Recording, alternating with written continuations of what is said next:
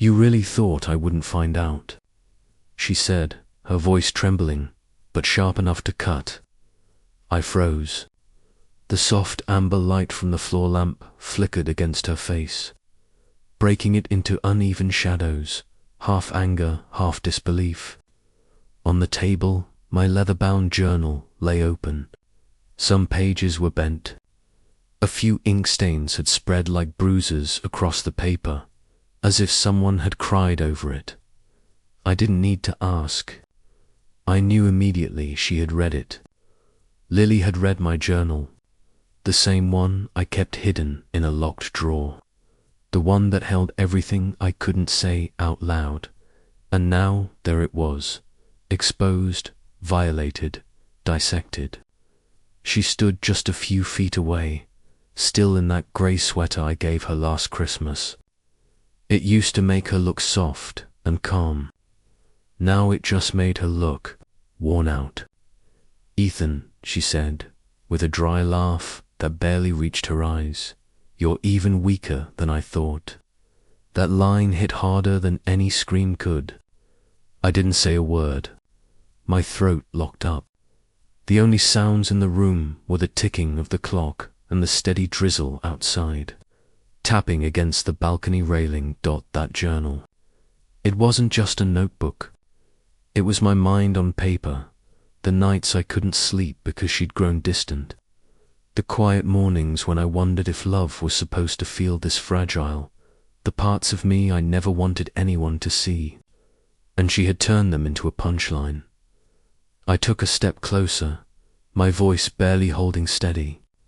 "Why would you do that, Lily?" I asked. She shrugged, like it was obvious. "Because you keep secrets, Ethan, and I needed to know who I was really marrying." Her tone wasn't angry, it was cold, measured, like a verdict already decided. That's what hurt the most. I turned toward the window. Outside, Seattle was drowning in rain, the streetlights blurring into pale gold smudges. It should have been peaceful, but inside, everything was chaos. I heard her move behind me, slow, hesitant steps on the hardwood floor. She placed the journal down with a dull thud. "I didn't think you'd write those things about me," she said quietly. I looked back at her. There were tears in her eyes, but they weren't tears of regret. They were the kind people shed when they're trying to convince themselves they did the right thing. And right then, I realized the woman standing in front of me wasn't the same person I'd fallen in love with 2 years ago. I didn't yell. I didn't fight. I just felt ... cold. The kind of cold that starts deep in your chest and spreads slowly, numbing everything it touches. Maybe that's how love ends, not with betrayal, but with silence. Rain kept falling outside. The world kept moving. I reached for the journal, my fingers tracing the damp leather cover before closing it gently. "If you really wanted to know who I am," I said softly, "you could have just asked." Lily said nothing. Her hands trembled as she gripped the edge of the table, her face pale, almost distant. For a long moment, we stood there, two strangers in the same room, surrounded by the ghosts of what used to be love. I locked the drawer again, knowing deep down that some doors, once opened, can never be closed. People always talk about that moment, the one when everything just clicks, when your heart quietly whispers, "This is it." For me, that moment happened in a small bookstore downtown Seattle, on one of those grey, endless rainy afternoons the city is famous for. I was standing by the psychology section, holding a cup of coffee that had gone cold when a woman next to me sneezed so hard she dropped her tote bag. Papers, receipts, and a few books spilled all over the floor. I bent down to help, and when she laughed that bright, embarrassed kind of laugh that sounds like sunlight after days of rain, I forgot what I'd even been looking for. That was the first time I met Lily, She told me later that she was late for a job interview that day, stressed, soaked from the rain, but still stopped by the bookstore because, in her words, something told me something good might happen, and maybe it did. We started talking about books, music, and how Seattle winters feel like they last forever. Her energy was effortless, magnetic in a quiet way. She made even the silence between us feel easy. Before I knew it, she was part of my life. We stayed up late in her tiny apartment near Green Lake, eating cold pizza and talking about things we never told anyone else. Fears, regrets, hopes that felt too fragile to say out loud back then. I thought, this is home. When we decided to move in together, it felt natural. We rented a small apartment with wide windows, a leaky faucet, and a view of the street below. I was freelancing as a writer, piecing together small projects. She'd just landed a marketing job at a tech startup. Our mornings smelled like coffee and toast. Our nights were soft, full of laughter and quiet plans about the future. For a while, life was simple and good, really good. But the thing about changes is they rarely happen all at once. Sometimes they slip in quietly, unnoticed, until one day you realize everything feels ... different. I started noticing her smiles fading faster, the way her eyes would go distant when we talked, how she'd scroll through her phone late at night, barely listening. She'd ask strange, heavy questions like, do you ever feel like you settled? Or do you think love can survive honesty? I never knew what to say, so I did in single quotes. Instead, I wrote, not to hide anything from her, but because writing was the only way I could breathe. The only way I could make sense of how something so right had started to feel ... fragile. I wrote about the nights she went quiet, about the space that kept growing between us even when we were sitting side by side, about the fear of losing someone who was still right there. That journal wasn't a secret. It was just the one place where I could still be honest. Not the version of me she expected, not the partner trying to fix things. Just me. But maybe that's where it started, the silence, the small things I didn't say, the small things she stopped asking. Looking back now, I think love doesn't really die because of betrayal or lies. It dies the moment honesty becomes too heavy to share. After the night she read my journal, everything between us changed. Not loudly, not with an immediate breakup, but in a quiet, terrifying way. It was like stepping into a familiar room where everything was still in its place. Yet the light was different, the air was different, and the person standing across from you, though still the same, somehow wasn't anymore. In the days that followed, Lily stopped asking me the small, random questions she used to. She was still there, still cooked, still went to work, still sent texts saying, I'll be home late, but between us was an invisible distance. A kind of silence that wasn't comfortable anymore. A silence that drained you. I began to notice little things. The way her voice got lower when she spoke on the phone. The messages she'd swipe away when I entered the room.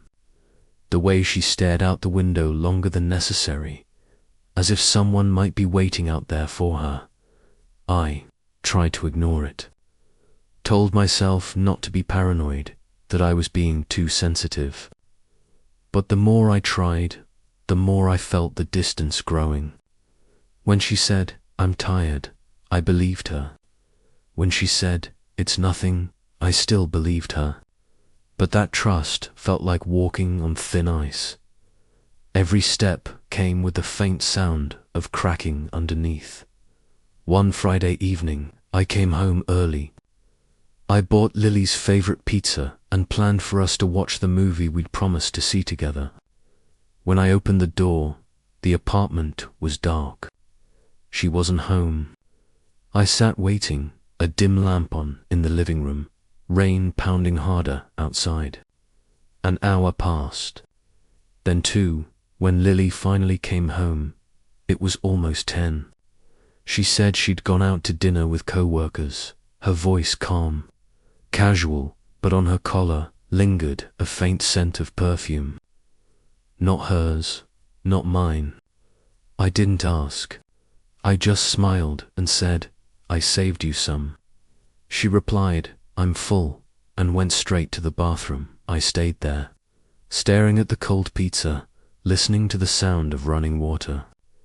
And somewhere between the rain and the hiss of the shower, I felt myself slowly disappearing, not suddenly, but like sand being carried away by the wind, grain by grain.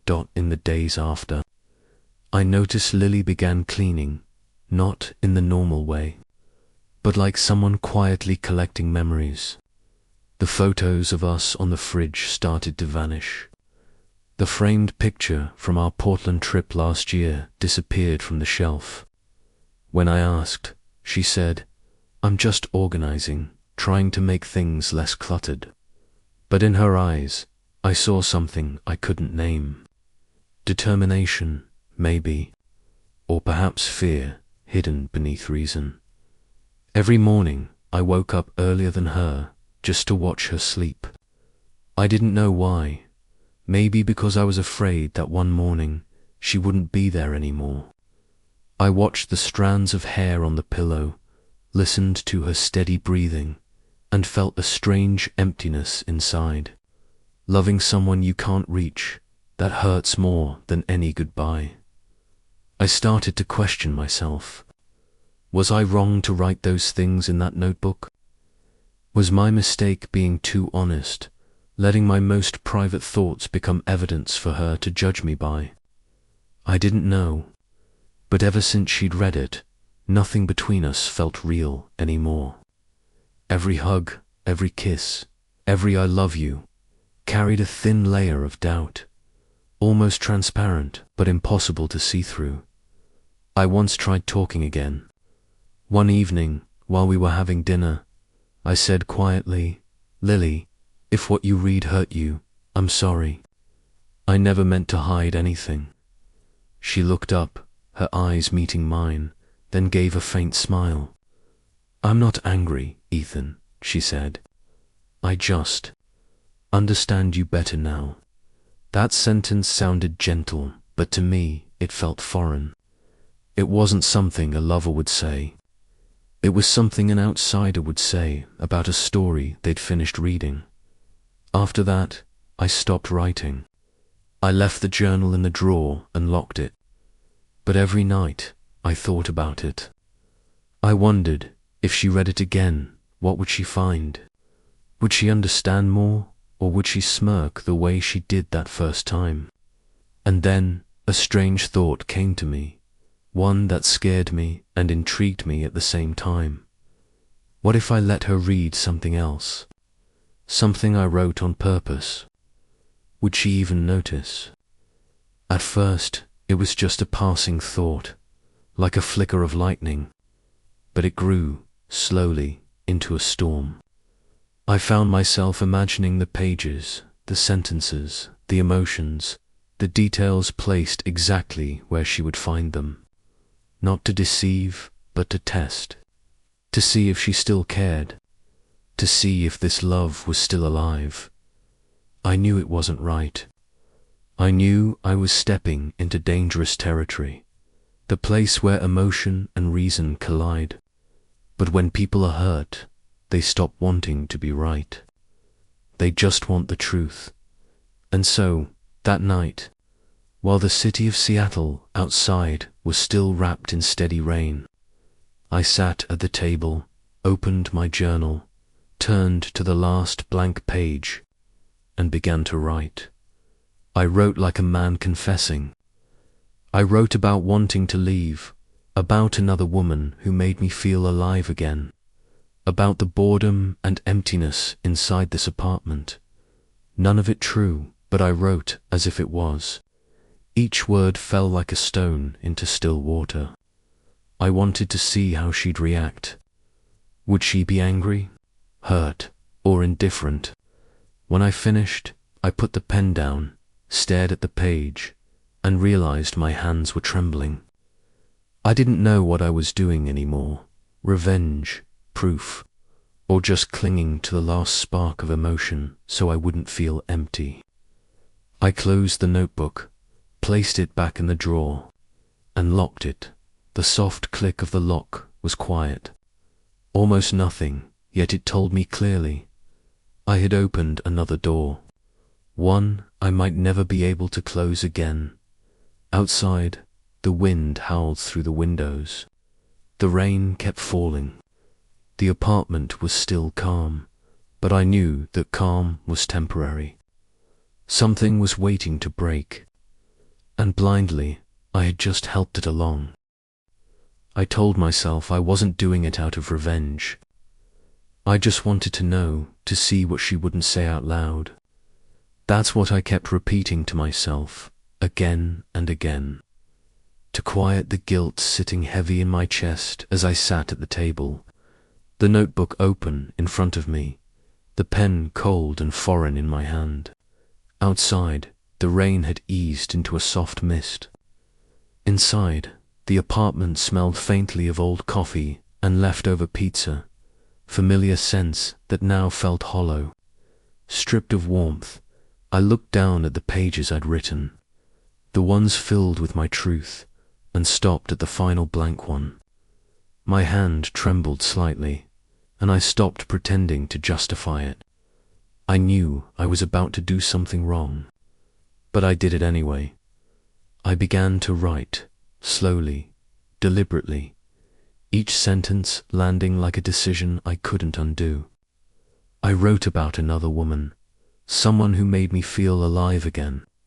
I wrote that I was tired of this relationship, that I felt lighter with her, that part of me wanted to leave. None of it was true, but I wrote as if it were. I built details that sounded real. A coffee shop in Capitol Hill, quiet conversations, a passing touch of hands. I wrote it so that whoever read it would believe every word. When I finished, I didn't read it over. I simply folded the page once, twice, then closed the notebook and placed it back into the drawer, this time without locking it. The tiny click sounded barely audible, but my heart pounded as if I'd done something irreversible. The next few days, I lived as if nothing had happened. I woke up early, made coffee, read the news, worked like usual. I smiled, I talked to her, I let life continue like an actor playing in a scene he wrote himself. But underneath that performance, there was a thin, electric line of tension, waiting to see when she would notice, when this experiment would begin, and it came sooner than I expected. That Wednesday afternoon, I was working in the corner of the living room when I heard slow, hesitant footsteps behind me. I looked up. Lily was standing there, holding the notebook in her hands, its leather cover slightly bent. Her face was pale, her lips trembling. She didn't speak. She just stared at me, empty-eyed, then stepped forward, placed the notebook gently on the table, as if it had burned her hands. The room was so quiet I could hear the light drizzle outside. She sat down across from me, her hands shaking as she turned the pages. I watched her eyes move, line by line. She stopped midway, furrowing her brows, whispering a name I'd invented, her voice breaking halfway through. When she finally looked up, her eyes were different. Her face, the one I knew so well, now seemed like that of a stranger. "Are the things you wrote true?" she asked softly. The question hit me like a stone dropping straight into my chest. I had rehearsed so many explanations, words meant to soothe, to rationalize. But staring into her eyes, raw and trembling, all those explanations vanished. I took a breath, tried to steady my voice. "No," I said, my throat dry.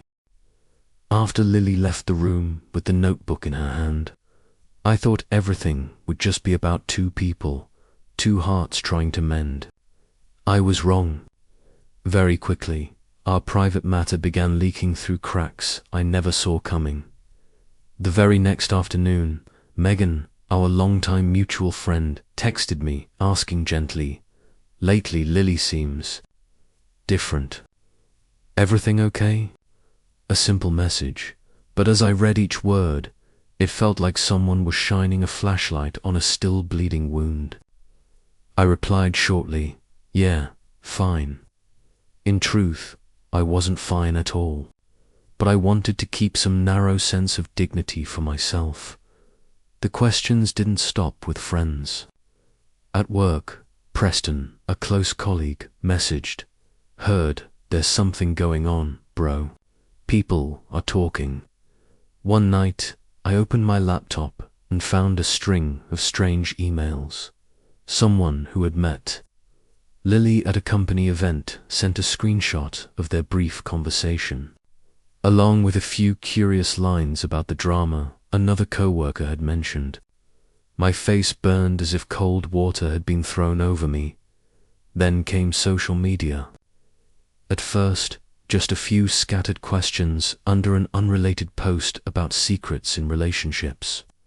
A familiar account posted a vague status. "It's terrifying to realize how well people can hide things from each other." The sentence spread slowly but steadily, shared among mutual circles, then captured and sent to my inbox with a tone that was both curious and judgmental.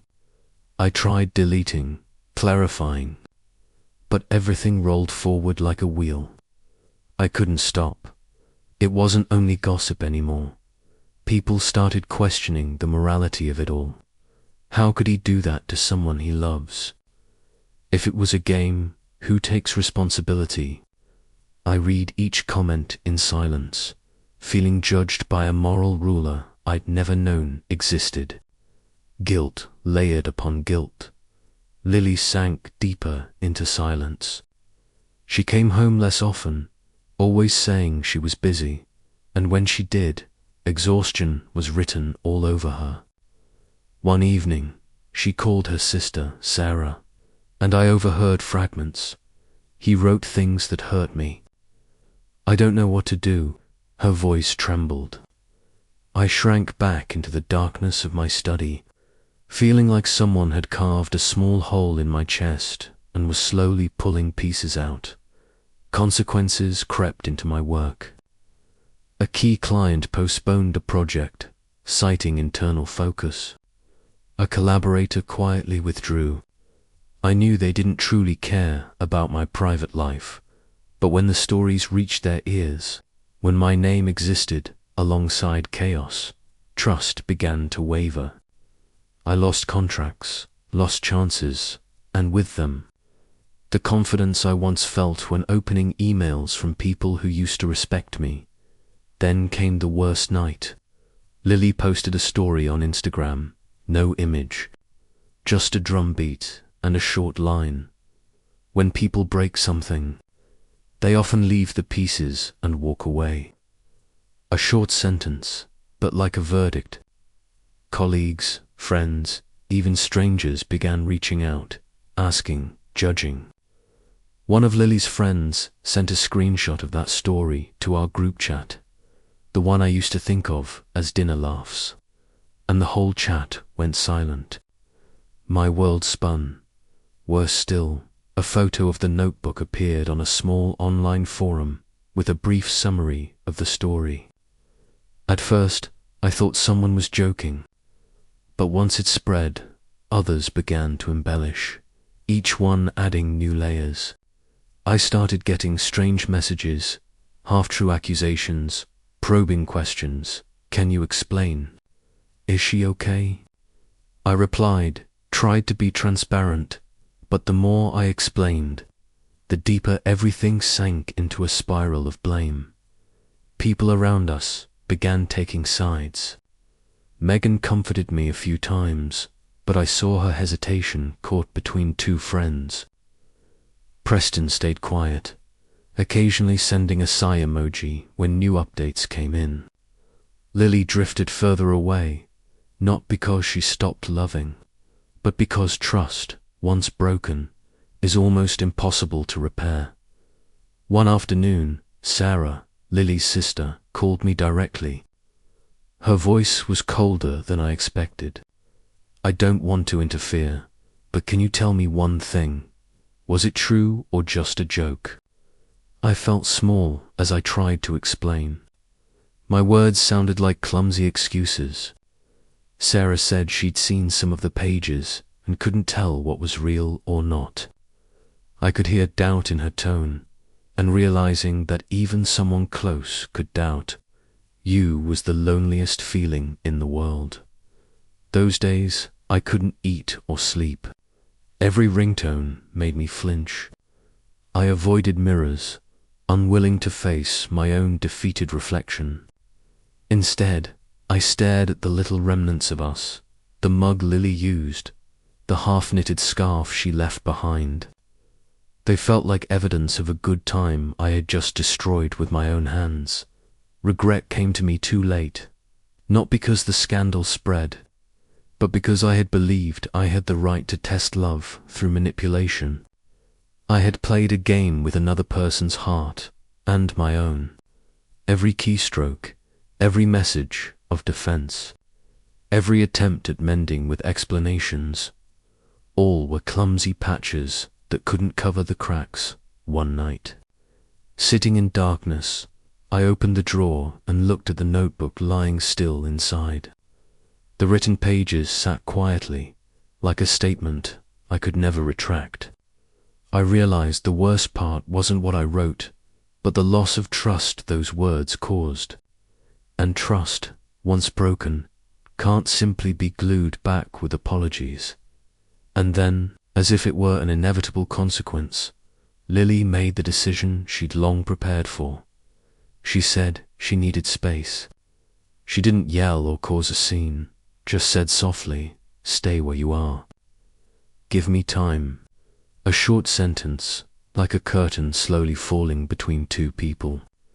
I wanted to beg, to hold her, but all I had left was silence. Silence like a bitter form of agreement.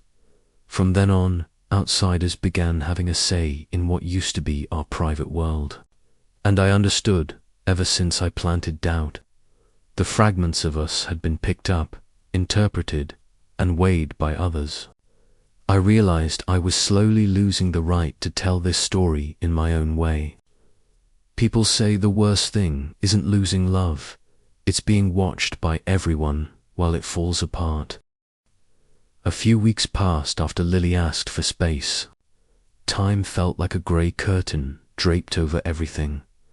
Not fast enough to heal, not slow enough to dull the pain. One avoided places where I might see her. Yet I still followed every trace she left behind. Her silent status updates, the obvious likes, the unanswered calls. Every time my phone buzzed, my heart pounded like it might burst. Then a message appeared. Family dinner this weekend. It was from her sister, Sarah. I knew this could be a chance to see her. Or maybe a trap I had built in my own mind, where every unanswered question would circle around me. I went, not out of confidence, but something weaker. The need to see her. To look clearly and know whether there was anything left I could still do. Lily's house still smelled the same dish soap, cooking, and a faint hint of the essential oil I once bought her.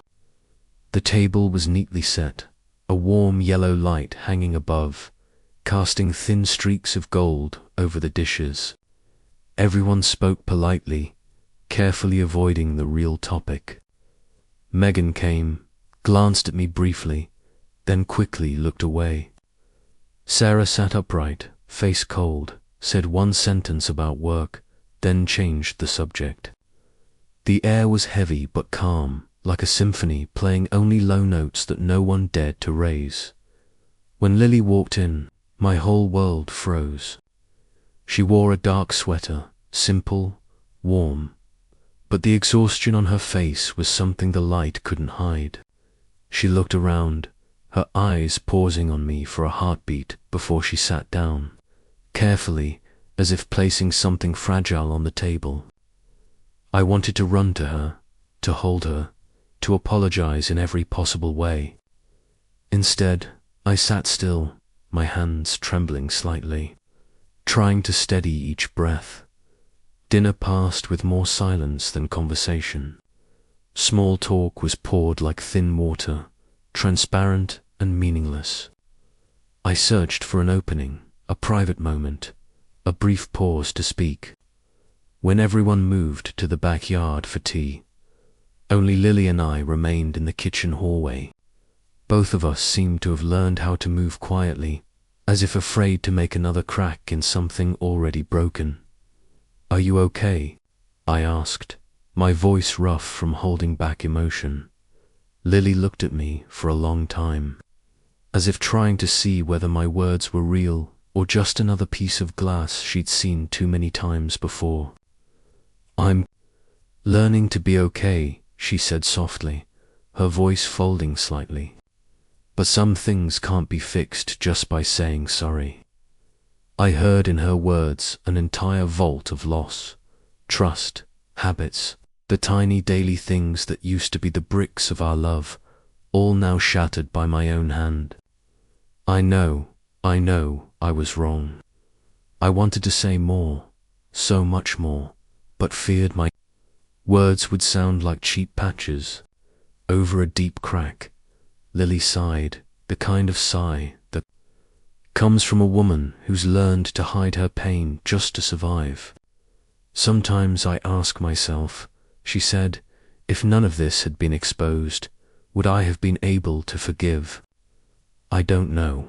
Her tone carried hesitation, not because she needed excuses, but because she was questioning herself, too. I stepped forward, then stopped, one step away, but it felt like a mile. "Can you tell me what hurt you the most?" I asked, not to defend myself, but to understand, so I wouldn't repeat it. The question made the air heavier, but it also opened a small crack of truth. Lily looked at my hands, then straight into my eyes. "It wasn't just the words," she said slowly. "It was the feeling that you turned something private between us into a game, that I was being watched inside my own relationship, that I no longer knew where love ended and where performance began. I couldn't sleep because I started doubting even my own feelings." Every word was like a cut, but she spoke gently, like someone dissecting a wound to truly see inside. I felt drained. All the roles, pride, and sense of control I once held, they dissolved under her words. I used to believe that telling the truth would be enough to make things right. Now I knew. Some cracks only widen when you try to touch them with explanations. Her sister, Sarah, stepped out, standing near the doorway. She looked away, but her voice was clear enough for the whole kitchen to hear. "I understand it's complicated, but I need to know if my little sister can trust the man beside her." Her words were a bridge between family and reality, tension mixed with care. Lily was silent for a few seconds, then said, "I can't answer that right now." And that was the answer, one that carried both strength and self-preservation. She turned away, her shoulders trembling slightly, and walked back into the living room. I stood there, hearing my heartbeat tick like an old clock. Before leaving, Megan came close and held my hand briefly. "Give her time," she said, her eyes glossy but her lips steady. Simple words, but sincere, a small shard of kindness in a forest of reactions. I left that night. The air was colder than I remembered. In the car, I opened my bag and looked at the notebook. still there, still silent. I realized that this meeting wasn't the climax of it all, but the final test before a real decision would be made. Some questions take longer than one dinner to answer. Can trust ever be rebuilt? Does she even want to rebuild it? And do I still deserve the chance? I drove on, streetlights passing like slow-motion scenes between two people separated by glass. Behind me, Lily's house grew smaller, while inside me was something both heavy and hollow, heavy with guilt, hollow with everything left unsaid. Winter arrived quietly, soft as a breath against the window pane. I'm still in the same apartment, the one that used to echo with laughter, now filled only with the sound of wind and the slow ticking of the clock. Everything has changed, yet somehow I've never felt more at peace. Lily isn't here anymore, but traces of her still remain. The coffee mug she used every morning, the book left open halfway, the photo I tucked away in a drawer but never had the courage to throw out. Not because I haven't moved on, but because I've chosen to keep it as a reminder of what was once beautiful and what I must never repeat. Sometimes she still texts me a few short words, "You doing okay?" And I reply, "Yeah, I'm okay, thanks." Nothing more, nothing less. We've learned to say less, to preserve what respect still lingers. Between two people who once loved deeply, sometimes distance is the kindest form of love that remains. I still remember the last night we met. Lily spoke softly but firmly. "I don't want to come back, at least not now. But I don't regret loving you." I stayed silent for a long while. In that moment, I realized something. Some people don't stay in your life to be your forever. They stay long enough to teach you what love truly means. From that day on, I stopped chasing forgiveness. Instead, I started forgiving myself. I learned to stay quiet when doubt crept in. I learned to trust without proof. I began to read more, write more, and sometimes just sit on the balcony watching the city lights spread into the night, distant yet gentle. Like love itself, even when it fades, it still glows. Time didn't make me forget Lily. It made me grateful, because losing her taught me what no one else could, that love isn't about control. It's about giving the person you care for the freedom to be themselves, even if that no longer includes you. One evening near the end of the year, I ran into her at the park. We both stopped. No avoidance, no hesitation, just a quiet smile. In that smile, there was no anger, no what if, only calm, the kind that comes after surviving a storm. She spoke first, her voice steady. "You look different now." I smiled back. Maybe because I finally changed. We didn't say anything else, but I knew in that final nod there was an unspoken blessing. "I hope you're happy, even if it's not with me." That night, I went home, poured myself a drink, and opened the window. The sky was dark, scattered with a few faint stars. Not many, but enough. I understood then that our story had truly ended. There was no perfect ending, just a man who learned to love more gently, and a woman who found peace on her own. And maybe, just maybe, that's the most beautiful ending life could ever give.